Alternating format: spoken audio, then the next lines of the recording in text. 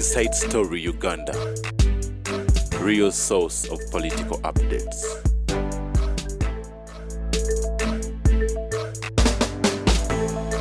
Ntuba jase Everett basangibwa abayita ntuba kubeba jase ekyo kuli kufumuke mu mpale abusa banka ujjo kubasanga abakulu bano bayina estate endala eyegaluga milioni 65 waliwo yagenda nabagamba nti kwezi yatugame milioni 60 nedda ziri milioni 65 ezo muzonga nezongero kutabula ekintu nekibeera malidadi kale no bali kusoma noti 5 217 137 oba noti 77 noti 317 10 biba Everett Real Estate Dealers abatunda ettaka eri ebyapa lyokka tebatunda bibanja kale tulina mukadde waffe Tamale Mirundi okimanyi nti eddogo likola eddogo ale mwana nkankubole nabagamba nti kasejiyita emyaka 9 okatera mandwa nti njireseza akayo kali bakalijo akalijo katandika oluvannyuma lw'emyaka emeka omutego negukusiba enkalu waliwo omusajja gwendaba naye gwe tutulya bizinesi zongeri gye ziggwawo ayina ebbanja kati ya miliyoni za $10 naye bwe wali tonnantakula naye bwe wali tonnantakula era nze ngenda nembalaba profesa yamugamba are you a mental faculties herese a professor was, yes I know what I'm doing agende w'omusajja ali ku buliri mulwadde n'amuwoggalira n'akuba n'essimu professor namuga don't you see that this man is on his deathbed yes this is all our destiny omusajja n'amugamba nze mba mulaba get out of my house I'm going to see more important visitors naye kandaganga agenda afuluma Museveni abagambye temugenda mulago ne mugendayo mumusinza amaanyi lwaki temuteegula lwaki kyemwetisse temukisuulawo agamba badde atya ye okubeera successful okusinga akulu gondi magambo is not part of this group kankubuulire kabusenga twamuwona nnyo the moment before the burial of Kagezi Kamusenga launched a fund to help Kagezi children. Was he a boyfriend of Kagezi? Kamata huyo. Kamata mujinga. Kubanga president yagambye abatakagezi mu molina. Naye abagamba nti nno abantu abo batutuma butumi okumutta. Yes. Ababatuma bo bali bamanyiddwa. Ko magambo nti tubategedde. Nkugambye nti the deal was erigirink ne Kawesi. Myai ni tilongo time ego Kawesi bamujja ubajja omusibeeruzira ne bamutwalira Kawesi ennaku ezi nasinga omusajja wa ADF mu Mbaasa akulira ADF mu Isaafu akulira gondi si ADF Al-Qaeda bamala ennaku ezi ne Kawesi namugamba nti njagala milioni za $6 zajjira ku baasi buli lunaku nga bali eri n'abata oli yaveeruzira naddayo after 4 days ngiruzira taliyo nga gundi ekitongole kya prison Kagezi ne bamwalukaga n'agaana the international community and the president are very informed about this case since ajita ne bamuma security the woman get desperate to look for security came to me bamulemesa okulaba mu 7 another person who was going to kill in the same way was Bagemeire ne bali bagenda bamuma security kati bamugemeire simulabangako naye nakuba akatambi nga bagati muwa anti baali bati anti Bagemeire yagenda okubeera ki first chief justice omukazi era yakola ebigezo n'abasinga ndaba abalamuzi abali fulambo yanti kendi fulumye ebigezo bajja kudduka waliwo ne yafuna 45% saba naye yereka ne wigize kakati gyobola kisaki yanyiga what was the purpose of ebigezo bya Judicial Service Commission abasingi muba kuba bagezi mwali mwadobwa minister wa justice nchane mugoba ne bali mu mutwe mulizo ni iki sacha ate yabawangula yabasinga kakati oba okyamuza oba I prefer to work with northerners easterners are fools baganda good for be obo n'obutambi bujja kufuluma akatambi akali mu Serena nga bawoze hege bonna kagenda kufuluma kakati Kawesi there were 2 Chinese nationals a Kenyan and a Rwandese. Kakati Kaweso no kumutta kigenda kubata mujoze nnyo family yange n'abantu bange ne batuuka bakanyugira ebintu mu nyumba. He must come on his nswere amazi kakube nkugirewo ddala nono kizunza lutwe. Kaweso okuttibwa akoloza kwekuusaako ekyokulya ssente za Al-Qaeda yamugamba nti singa zikulema ate kyenjingako ku security details. Tomanye nti Kaweso yadduka n'agenda nga bakubye olubiri lwa mu mbere nga looking for Museveni. Police involved. Nimamuwa Tuesday bamutta Friday. Abasajja nga bali bakambwe. Waliwo kyesibanyiwano ku recordings. Oyo omukyalo oyo gwe bagamba bali bane bakatta ne kakuba ente za Kaweesa obugagga bwa Kaweesa. Kiki? Ekabukuba kadayibati ng'ateeso. Bali kwata akasajja kaabo manita ne bukedde tujja banoonyanga bannazi. Kati nkugamba nti we have witnessed we have students in Uganda to die under such circumstances. We have witnessed students perish in war zones, but also remember Chichwamba massacre, which was carried out by the same group. More so, a school of the blind in Mukono district recently caught to fire, and several of the students died. 10 students of Bendikiti Secondary School in Rakai district also died under similar circumstances. In addition, we remember the 400 seminarians who were abducted by Joseph Kony Zero Disease Army in Gulu, northern Uganda. The story of Aboko girls is still fresh in some people's hearts. In my opinion, therefore, the recent attacks by ADF in Kasese did not attract much public attention because it is a school. It is no longer big news for students to be killed while at school in Uganda. Kakati kankubuulire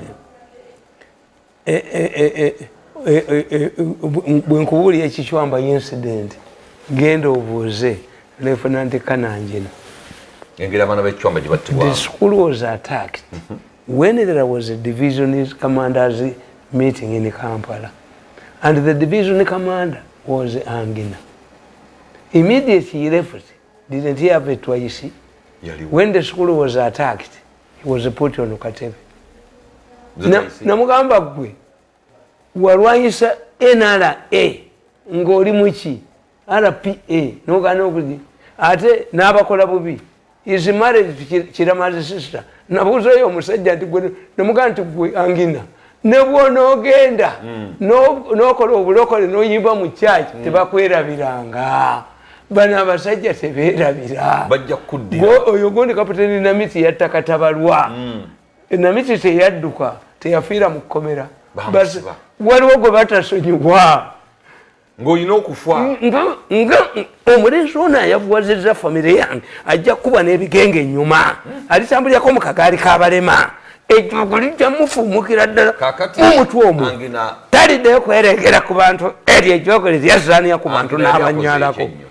Angina anti Angina baali tebamwagala kubanga ye okuva e Congo we survived several ambushes gaba gwetaba gwe you see nti bano abaana ensi eribeerabira walirabyeko mu history y'ensi yonna oba mu Uganda nti mutta abantu mutundaoganiza mmwe then we use then the Dr. Kadinachi should know why do we train poachers rangers okukuma ebisolo. Kakati in Uganda you don't need only rangers, you only people to protect the people's organisms. Ngabazita siba cannibals flamboyant people abajozi abagenda bamansula ennagisi ku bantu nebo tebalumwa bulamu bw'abantu. I don't know. But when I look at Mwenda, the way Mwenda looks, nzireyo mu psychology. Compare Mwenda as a family and the background, nabano bayogera nabo. Family zaabwe ziri luddawo. Formative age ekola kinene nnyo. There are things a member of the Mirundi family cannot do.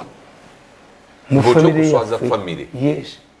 Oyo awasa abakazi naffe twalina kitaffe era ng'akola bwebi. Abakazi abakadde biki. Abbaala bemukuba essasi. Abbaala bemukuba essasi. Tasobola kubba. Ate omuntu mukuba essasi nze mwetira.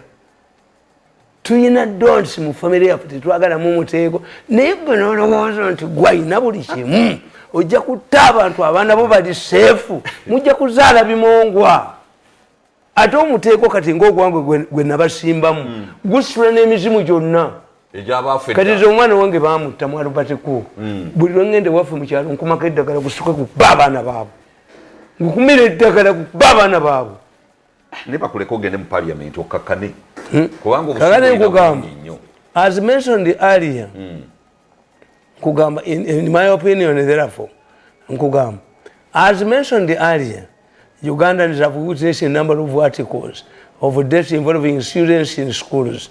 In some cases, if pressure is exerted on police, the culprits are apprehendable. But this is not always the case. For example, Chichamba attack occurred when there was a division commanders meeting in Kampala. The then division commander, Lieutenant General Charles Sangina, was targeted and placed on Okatebe, awaiting deployment. Yet, the incident occurred in his absence. Did he leave behind other officers? Yes, he did. The responsibility would lie with those he left behind.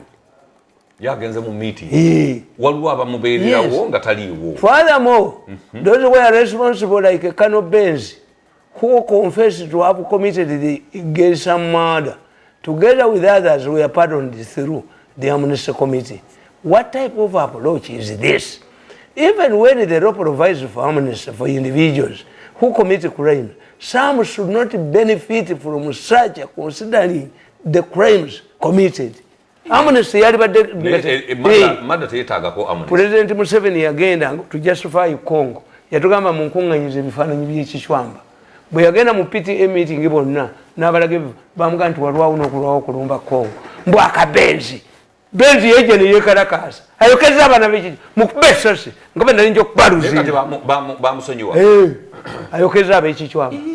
Yes, nalaba ekisajja ekisiru. You see, why these people era monisa yakuba. ADF top commanders want to surrender. Ekisuma nikigenda mu parliament yakivudde mu Amnesty Commission to add for more money. You see, because they go back because of so if those who have been defeated by UPDF are given more facilities than the UPDF officers who have defeated them, are you encouraging the UPDF also to riot? Era kyekiringa kibategeeza. Tebategeera. Kubanga kakati bali baba benefiting. Yes. Then kakati bano. Why do we heap this week the refugees in the camps? Because refugees attract the attention of the international community. Ndio sanga refugee nga ali bulungi nga inemmera akola kibulangiti nnungi. It creates a minute between those and the hosts. Nasome Germany mu 1990 nga Germany bayina ekibiina ky'abavuka babayita ba black skin nga batabaddugavu era nga batuga nti once you say to those people vira mu ku next gundi. Why? Bakwatako abaddugavu tebateeka mu gundi most serious. Bonga baga nti sente zebalifunye ng'ensako ffe tuzimazeewo. Kituufu. Yes, the black skin in gundi in Germany. It was in Germany in gundi. By the time the Berlin Wall fell, I was in Germany doing my course. Maybe to be bikolwa bitya. And tebayina magezi mitwe. Most of these people are idiots.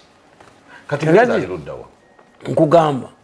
Therefore, by nkugamba nti therefore, what does the country benefit from pardoning such a people?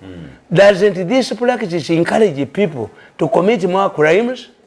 When UPDF launched the operation, the Daily Monitor newspaper claimed that ADF top commanders wanted to surrender in order to benefit from the amnesty, and some ADF commanders have surrendered and sought amnesty. How many?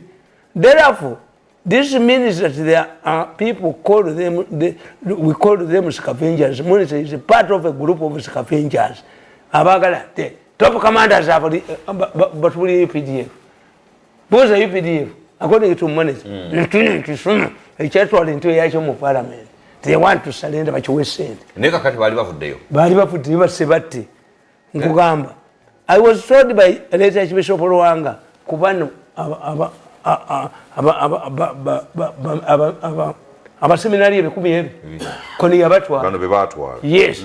Ate ffe waffe era tetufa. Mutaani waffe yali azze kukima school fees. kulinalumba yena asimatu abaana abaffe tubateekamu omanyi kana akasaka akasigala waawo ng'oluyira luyidde okajjamu akantu ne bakasonseka tekabeeramu musota batugamba nfika ku kibiku nti oyinza okunzitira ewantu ako n'omulandya guno ogukuba abantu gukubye ebbingwa atawangulwa nadduka n'obujozi bwe ndaba agenda wa mwendo wagundi wajegwe bane omusajja nzita gwe watakula olutalo nkugamba. I was told by the late Archbishop of Rwanga, Cyprian Rwanga, that the attack on Guru Seminary, that he had a security deal with the government, which was leaked by a senior government official, and reacted by attacking the two seminaries and abducted the 400 seminarians not to be seen again. This means that the government was responsible if what Rwanga told me was correct. From the Budo, the incident information available shows that the police would have apprehended those responsible. But the case was deliberately bungled. For example, the then director of Yiso Kakabagenda revealed that Yiso had completed investigation on the matter, Budo matter. However, no substantial report from Yiso has ever been produced. Secondly, Yiso does not investigate cases to be submitted to the DPP. This is the responsibility of Saidi, not Yiso. Whatever bakuzanya, Yiso ebuliza, Yiso tekirizibwa kubuliza crime. Ekyo bakisse. Yiso eri ku nsonga. Bakisse, kati fayiro y'abagenda eriwa. Bagenda egamba waliwo omusajja gwe bakwata omusuubuzi ow'amaanyi. Biliyoni ezi ne bamuta. Bamuta bakakka. Bubali kuse abaana babannaabwe 200 ewange nkusaanyaawo anti nze nina biribiri omuzukulu tava ku mugongo gwa jjajjaawe n'agwa okujjako nga yamulumye nti otta omwana wange n'obeerawo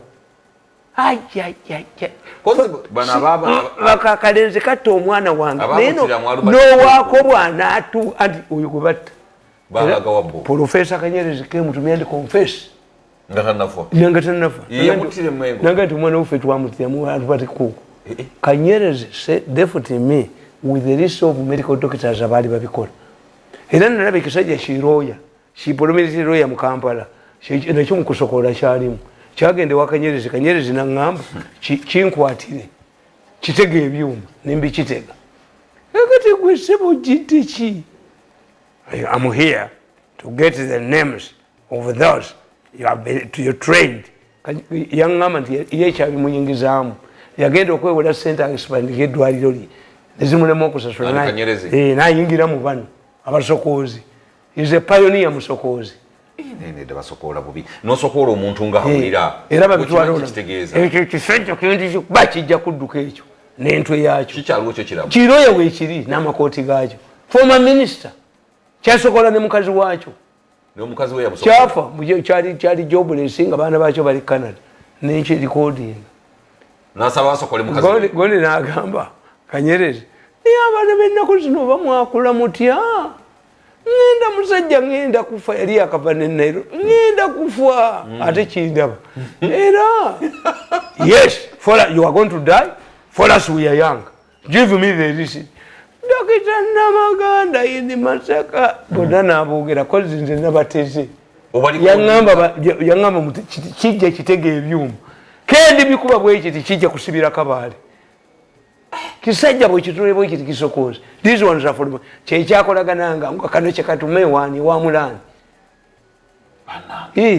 nakwata ebyuma byakisajja ekikulu Museveni tayinza kuyiza kutuga bantu ebbeere mudduke kuba kati kana akasajja akamonita kano kakalinaki kaagala nti baddukire kati mwagakaane Museveni yajja bikuba wona ayina ebbanja lya $10 million nze oba yaali yina nga abadde akola akuwa n'agenda ffe tudda budde ffe tufuuwa emmindi bagiyitako emisango ya mitwe 10 tosigaza kantu ate bwe nkufuuyira mukokota n'empala ogitunda ejjoogo lyo lyonna nendikumaliramu ddala mukokota ogita yakoeyo kale naye eno k'emisango ebeera munjaga nabbi wa mulalu tova mu misango ng'omulalu mumufuna muti w'omulalu tumunonya kasinde omusajja yavuwadde omusajja yavuwadde wa byakulya nakuta nagira bwali ne mufuna must come on his knees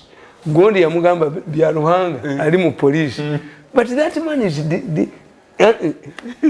no he must come on his knees kuswera amazi kakati nkugamba nti oyo tikyaliyo nenkugamba nti another important factor in the reaction of the key players as usual Buddo Buganda Katikiro Charles Peter Mayiga came into play. He reminded the people that Kabaka Mutebi went through the same school Buddo, something that was completely irrelevant. The burnt bodies were taken to Namirembe Cathedral to contain the anger of the mourners, and Bishop Elia Paulo Luzinda diverted the attention of the mourners with his long stupid sermon. He said other more serious incidents had occurred in Uganda, therefore, and he likened the burning of the school to corruption and other vices. Bishop Luzinda concluded his irritating comments, saying it was not a time to judge anyone. Kena sekesera singo wange yali naliko Luzinda. Ba! Ngwange bamutidemu. Luzinda namemengera mu kuchachi. Kena kesera sichako sada misango. Gwazala. Nga n'abaana makumi abiri abaana babano bali kumbu Luzinda naligenze ngamulamusa baba ate ze nti okufa nze sakuwa ntiko bwe natutte kofini ettano nga neyange mweri weziri bakomyewo bakomyewo kati kofini ogenda zijja kubeerawo paka teziyinza genda nga sisse muntu kofini zigenda kubeera ate za bbanja kabuli eyasamira bwerere era zijja kutta omuntu era bajja kudda nja bafuuyira bakomewo kakati nkubuulira bano baleme bagamba nti ekyetaagisa mbagamba nti ekimu nkugamba nti bwe tuba tusoma intelligence 40% of the evidence remains at the scene of crime.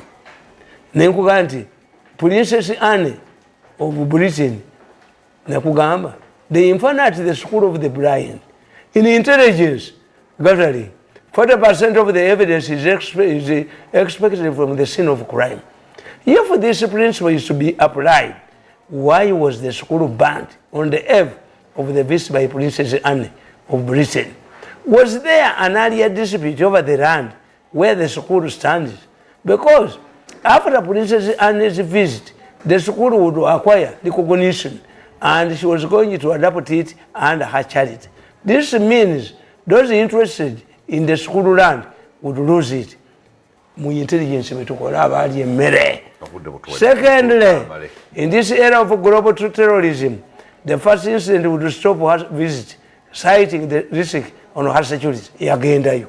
Terrorists world over thrive on publicity in order to attract the attention of financiers who also wanted to advance their interests. Therefore, a terrorist organization could not miss such an opportunity.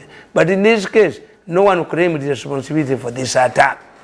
The school authorities are also suspects, and investigators should have picked political interest in this. The reasoning would be that they would benefit by having more funding to put up modern structures. Other beneficiaries including nearby educational institutions who would receive students whether the band school. Katika mbabuli, tewali ya cha somerwa nesi mukwata. Lwachi bocha bisolo ne batocha offices hapo. Lwachi amasolo gakwata omuliro ku school commencement ne end. Look what is the accounts of the school. Most of the band school are heavily indebted. Bwebali ocha abazadde baleeta ki? Abaana. Baleeta abaana. Abazadde ebisulo tewali muzadde ayagala kukyusa mwana we mu ssomero. Lwaki ebisulo bye byaka nga office zina important document tezikwata mu. Kale. Muhozi nalinga nti muhozi anaagumpa. nalinga nti mukozi banne nalinga nti mukozi anampa security nendikwamba kwatangobano bwemba kubye nemba parliament njiyingira parliament yo parliament eriko kugana yonjiyingira abalina sente mutandiko zikunganya sebo bangambye mune muzeyi yankoneddemu yagenda oba agende yagende sajja alina brain ye yamaani tuleme mufiire he must be a district he must be a district in the home area. I also say he must be a pauper when he is top of the loading killer. Maya bafe ansala amaguru gamulinga kamaya maya ejogo ligenda na bujozi todamu kunia ku bantu banyala tulizigaje unakolulala mwera